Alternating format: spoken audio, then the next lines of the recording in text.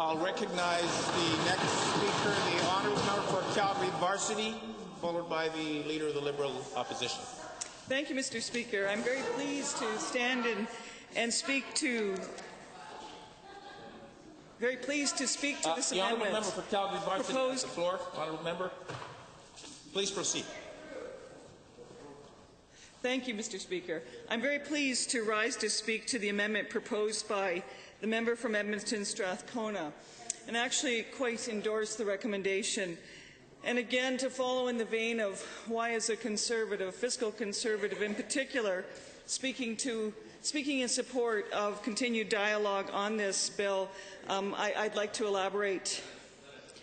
In the constituency where I live, in Calgary Varsity, this issue is one that has really resonated. It's something that we've been talking about for months, and since the Finance Minister introduced this change, our office, like many, has received well over 100 very personalized letters. We've had people walk in the door, we've had calls, we've had people just drop by to offer our opinion. This issue really matters to constituents, and it really matters to me, and I just want to talk through that a little bit. Pension reform is important, and I think we all understand the financial reasons for the changes.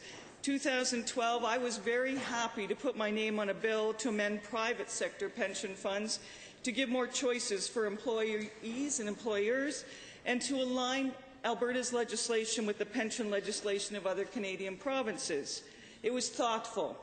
I was and I am fully supportive of a government that's unafraid to make the difficult decisions needed today to ensure long-term prosperity for our children. And I heard that from the member from Calgary-Klein, and I agree with it. And these decisions that we make every day have to have fiscal discipline and rigorous scrutiny to ensure that Albertans get value for every dollar spent. This is what it means to me to be a fiscal conservative. So I welcome this government's desire to ensure that private and public sector pensions are sustainable and affordable. And like many in this House, I have studied actuarial tables and expert reports to more fully understand the implications of the choices we're making here today as legislators. And I've done this to try to figure out for myself and my constituents what the critical questions are. We've heard lots of them. Will the pensions self-correct if we just give them time to recover from the 2008 crisis? And I've come to the conclusion that the current system does need changing if it's to be adaptive to recent and future fiscal realities. But more important than all of that, this legislation is not just about policies and forecasts and actuarial statements. It's about people, my constituents and every one of yours. For my part, I've sat down with dozens and dozens of constituents working through their own pension realities, trying to understand their situations and the implications of the bill on their own lives and their own futures. And in many cases, this has been to be a very successful approach in getting to the facts of an individual pension situation, and going through the implications has been helpful. Even when there were material implications, they could understand that. But what was very alarming to me was the high level of fear that people brought to this process. As an MLA, I can't help but reflect that many people, way too many people, are genuinely afraid about their own family's ability to sustain fiscal security post-retirement because they don't understand the implications of these proposed changes. And I have seen this kind of fear before.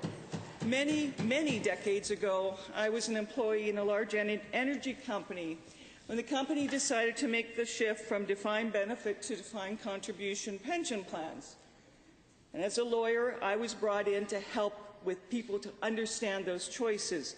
And even though a lot of time has passed since then, I can still remember fully that anxiety and in some cases fear that co-workers felt about the process and its outcomes, especially those who were closer to retirement than I was.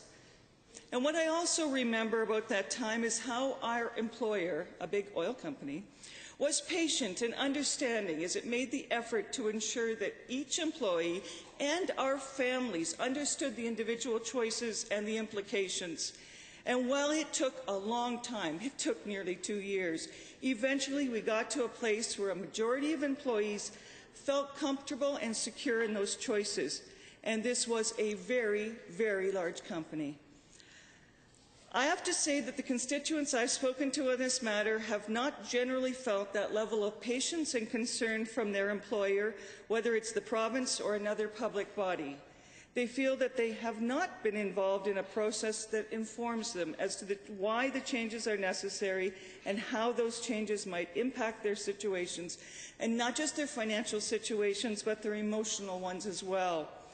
These people I have spoken to on this issue understand the need for personal responsibility. They're not asking for a nanny state, but they are asking for better information and input on decisions that affect them.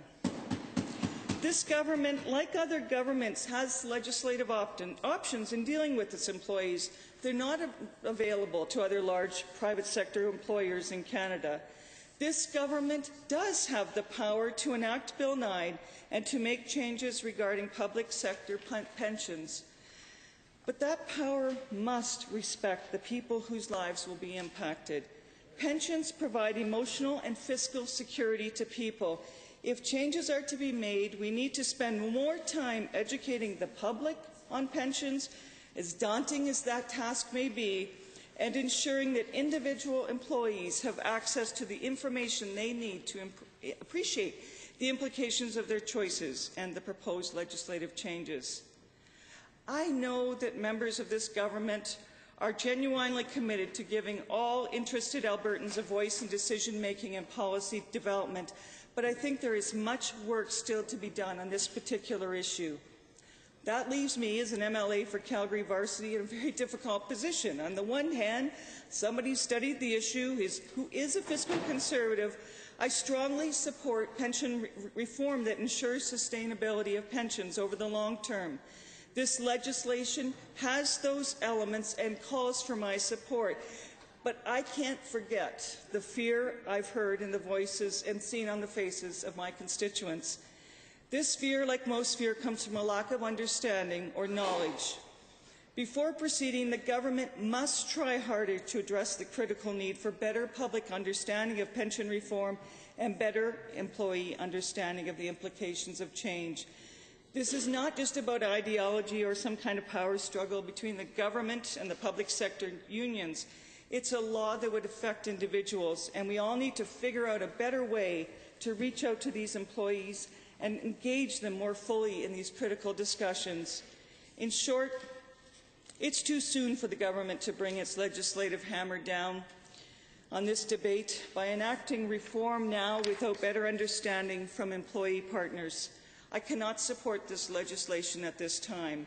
Rather, I would encourage the government to pause, as has been suggested, and work with its partners, the public sector unions, to explore better ways to support public and employee understanding of pension reform options and implications. I'd also ask for the inclusion of accounting, actuarial, and other respected professions in this task. Reading actuarial tables is dry, but we all can do a better job of making individual employees have a better understanding of the implications of their choices and of these proposed legislative changes. Thank you, Mr. Speaker.